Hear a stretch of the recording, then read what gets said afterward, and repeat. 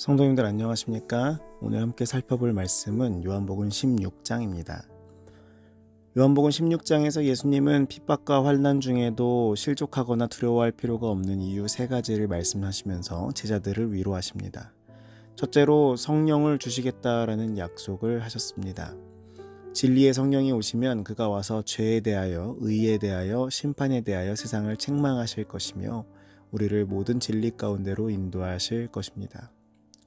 둘째로는 부활의 약속입니다. 조금 있으면 주를 보지 못할 것이다. 그러나 또 조금 있으면 주를 다시 보게 될 것이다 라는 약속을 주신 것이죠.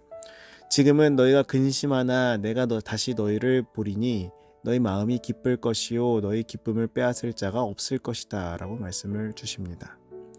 셋째로는 예수님의 승리입니다. 세상에서는 우리가 환난을 당하나 담대하라 내가 세상을 이기었노라 라고 하나님의 아들이 선언하시는 장면이 16장에 보면 나와 있습니다. 1절에 내가 이것을 너희에게 이름은 너희로 실족지 않게 하려 함이니 1절과 4절에 보면은 예수님께서 이런 말씀을 해주시는 이유에 대해서 말씀을 하십니다. 4절에도 보면은 오직 너희에게 이 말을 이른 것은 너희로 그 때를 당하면 내가 너희에게 이 말한 것을 기억나게 하려 함이요 이렇게 기록을 하시는데요. 이것이 앞길에 이 핍박과 박해가 있을 것임을 미리 알려주시는 이유입니다. 말씀을 통하여 이 제자들이 실족지 않게 하시려고, 그러니까 어려움을 당하거나 힘든 일이 있을 때에 이렇게 말씀하신 약속들을 붙잡음으로 말미암아 넘어지지 않게 하시려고 말씀을 주셨다, 약속을 주셨다라는 말씀을 하신 것입니다. 오늘날도 예수님께서는 우리에게 이런 약속과 말씀을 주셨습니다. 우리도 이것들을 이미 받은 사람들이죠. 우리는 실족할 이유가 없는 것입니다. 왜냐하면 우리에게는 예수님께서 보내신 성령이 계시기 때문입니다. 7절에 보면은 내가 떠나가지 아니하면 보혜사가 너희에게로 오시지 아니할 것이요 라고 말씀을 하셨는데, 이 말씀 가운데서 우리는 먼저 예수님과 성령이 다른 분이시다, 같은 분이시지만 다른 개체이다, 삼일체에 대한 부분을 좀 생각할 수가 있겠죠. 그리고 8절에 보면은 예수께서 떠나가시고 이 성령이 오시는 것이 유익하다라는 말씀이 이 8절부터 쭉 보면 나와 있는데, 특별히 13절을 보면은 그러하나 진리의 성령이 오시면 그가 너희를 모든 진리 가운데로 인도하시리니 그가 자의로 말하지 않고 오직 듣는 것을 말하시며 장래일을 너희에게 알리시리라 라고 말씀하셨습니다. 예수님의 이 죽음과 부활 그리고 승천은 구원의 계획을 이루어내는데 굉장히 필수적이고 중요한 사건들이었죠. 근데 이제는 예수님께서 떠나시는 것이 오히려 제자들에게 유익하고 이로울 것이다 라고 말씀을 하십니다. 성육신 상태의 예수님은 물리적으로 모든 곳에 임재하실 수는 없으셨죠. 근데 성령의 중계를 통해서 이제는 언제든지 그리고 모든 장소에서 예수님을 따르시는 각 사람과 함께 하실 수 있게 되신 것입니다. 그리고 진리의 성령께서 우리를 진리로 인도하실 것이다 라는 말씀을 주셨습니다.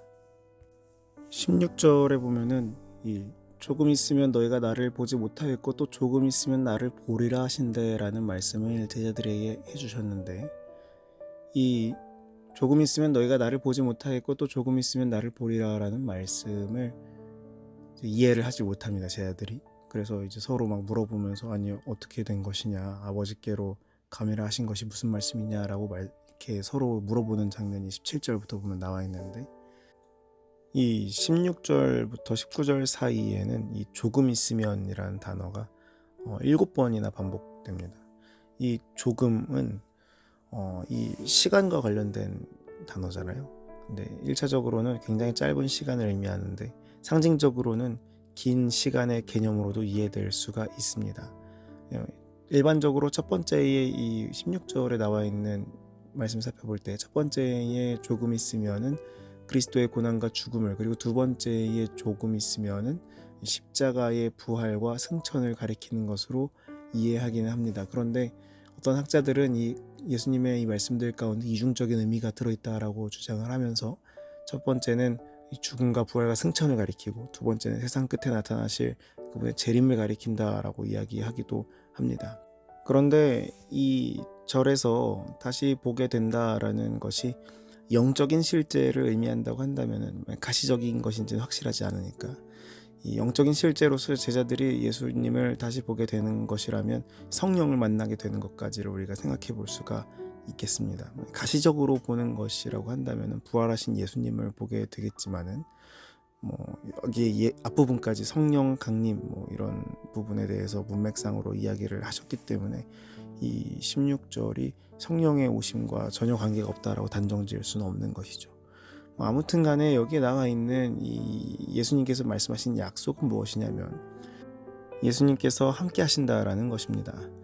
예수님께서 그들과 떨어지는 것처럼 보여질지라도 그것은 잠시이고 어찌됐건 간에 예수님께서는 그들과 함께 하실 것이다 라는 말씀을 이 제자들에게 해주시는 것이죠. 우리가 혼자라고 느낄 때에 우리와 누가 함께 계시는 것이냐면 사실은 우리와 예수님께서 함께 계시는 것입니다. 그러면서 33절에 보면 예수님께서 우리에게 약속을 주시죠. 이것을 너희에게 이름은 너희로 내 안에서 평안을 누리게 하려 함이라. 세상에서는 너희가 환난을 당하나 담대하라. 내가 세상을 이기었노라 하시니라. 예수님께서는 우리에게 분명하게 말씀하십니다. 세상에서는 우리가 환난을 당할 것이다. 예수님을 따르는 길은 사실은 환난의 길이죠. 쉬운 것이 아닙니다. 예수님을 따라갔을 때에 우리가 진짜 탄탄대로를 걷는다고 한다면은 누가 예수님 안 따라가겠습니까? 근데 환난을 당할 것은 이미 말씀해 주신 부분이죠. 근데 그럼에도 불구하고 담대하라라고 말씀하시고 결국에는 예수님께서 세상을 이기셨다라고 우리에게 말씀하십니다. 그리고 우리는 그것을 믿고 따라가는 그리스도인들인 것이죠. 우리 모두 예수님의 이 말씀을 붙잡고 이 약속을 가지고 담대하게 살아가게 되기를 간절히 바랍니다.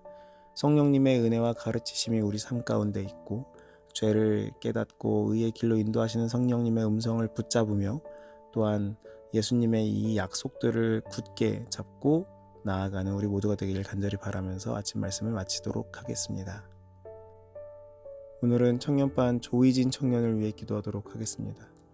하늘에 계신 아버지, 오늘도 말씀으로 하루를 시작하게 하심에 감사합니다. 주님, 오늘은 조희진 청년을 위해 기도합니다. 조희진 청년이 하고 있는 학업에 주님 지혜를 더하셔서 어렵지 않도록 하여 주시옵고 뿐만 아니라 캠퍼스에서 살아가는 모습을 통해서 주의 빛을 드러내고자 하오니 주님 갑절의 복을 허락하여 주시옵고 축복의 통로로 함께 사용하여 주시옵소서. 주님, 우리와 항상 함께 하신다는 약속을 굳게 붙잡고 살아가게 되기를 간절히 원합니다. 주님께서 이미 세상을 이기셨으니 우리는 주님의 뒤를 따라감으로 그 승리의 행렬에 함께 할 수 있도록 믿음을 허락하여 주시옵소서. 언제나 주님께서 함께 하심을 기억하며 살아가게 하여 주시옵소서. 예수님 이름으로 기도합니다. 아멘.